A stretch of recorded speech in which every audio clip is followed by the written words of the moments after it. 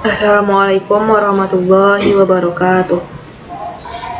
Alhamdulillahilladzi hadana lihada wa ma kunna linahtadiya laula an hadanallah. Asyhadu an la ilaha illallah wahdahu la syarikalah wa asyhadu anna Muhammadan abduhu wa rasuluh la nabiyya ba'da amma ba'du.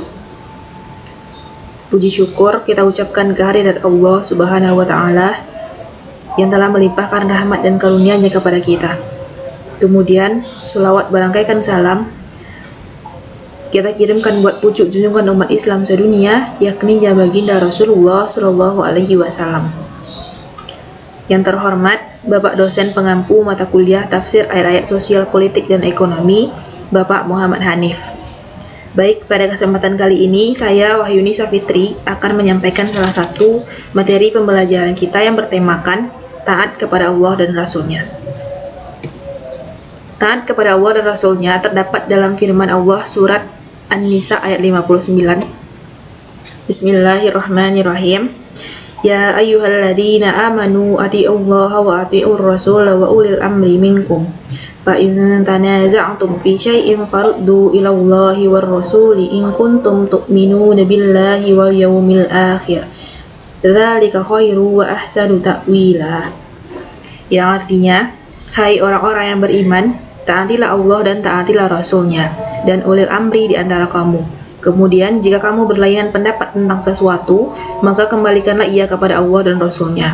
Jika kamu benar-benar beriman kepada Allah dan hari kemudian, yang demikian itu lebih utama bagimu dan lebih baik akibatnya. Allah Subhanahu wa taala menyeru hambanya yang beriman dengan seruan, hai orang-orang yang beriman. Seruan tersebut sebagai suatu permuliaan bagi mereka, karena merekalah yang siap menerima perintah Allah dan menjauhi larangannya. Dengan seruan iman tersebut, mereka pun menjadi semakin siap menyambut setiap seruan Allah. Kewajiban taat kepada Allah dan Rasul-Nya adalah dengan melaksanakan perintah-perintahnya serta meninggalkan segala larangannya. Kita sebagai kaum muslimin harus taat kepada ulil amri apabila dalam memerintah mereka menyeru kepada yang makruf dan mencegah yang mungkar.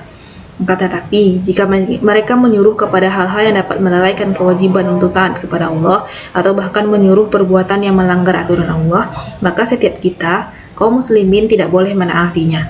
Rasulullah Shallallahu Alaihi Wasallam telah bersabda yang artinya, sesungguhnya ketaatan itu hanya dalam hal yang makruh dan tidak ada ketaatan terhadap makhluk dalam maksiat terhadap Sang Khalik atau Pencipta. Jika terjadi perbedaan pendapat di antara kaum muslimin atau antara mereka dengan ulil amri atau sesama ulil amri, maka wajib baginya mengembalikan persoalan itu kepada Allah dan Rasul-Nya, yaitu dengan merujuk kepada kitabullah dan sunnah Rasul-Nya. Jika benar-benar beriman, seseorang hanya akan kembali kepada kitabullah dan sunnah Rasul-Nya dalam menyelesaikan segala perkara dan tidak akan berhukum kepada selain keduanya. Jika tidak, maka iman seseorang dapat diragukan dari ketulusannya.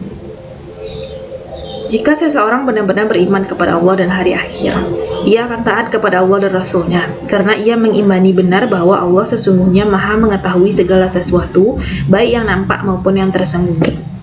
Iman kepada hari akhir akan membuat seseorang berpikir akan akibat segala perbuatan yang dilakukannya di dunia. Pada hari akhir, seluruh amal anak Adam akan dibalas. Jika baik, maka baik pula balasannya. Jika buruk, maka buruk pula balasannya. Boleh jadi, seseorang dapat menghindari hukuman di dunia, namun tidak akan dapat seseorang menghindar dari hukuman di akhirat. Dalam hal taat dan mengembalikan segala perselisihan kepada Allah dan Rasul-Nya terdapat kebaikan bagi orang-orang mukmin baik di dunia maupun di akhirat. Akibatnya lebih baik bagi mereka daripada bermaksiat kepada Allah dan Rasul-Nya atau kembali kepada selainnya. Perlu kita ketahui bersama bahwa apabila manusia berlepas diri dari hukum Allah, niscaya mereka menjadi budak-budak setan dan hawa nafsu. Hal itu akan membuat seseorang dapat berhenti berselisih. Seseorang ingin mendapatkan kebebasan mutlak, tetapi yang terjadi adalah menjadi budak setan dan hawa nafsunya. Begitupun dalam hal pemimpin atau ulil amri, menurut Ibnu Taimiyah dan Hamka, ulil amri yang wajib ditaati dan dipatuhi serta diteladani adalah pemimpin yang memiliki kapabilitas dan faham terhadap ilmu agama. Ia dapat menjalankan amanah dengan baik sesuai syariat Allah dan Rasul-Nya. Sedangkan pemimpin pada masa sekarang Jika ia mampu memiliki semua kriteria yang layak bagi seorang pemimpin, maka ia pun wajib ditaati aturannya. Akan tetapi, jika dia adalah seseorang yang lalai dan gemar bermaksiat dan telah menzolimi rakyatnya, maka rakyatnya hanya diberikan kewajiban untuk menaati sebatas hal-hal yang tidak melawan perintah Allah dan Rasul-Nya saja. Baik, mungkin hanya itu yang dapat saya sampaikan terkait materi taat kepada Allah dan Rasul-Nya. Segala kekurangan saya mohon maaf. Saya akhiri dengan wabillahi taufiq wal hidayah. Wassalamualaikum warahmatullahi wabarakatuh.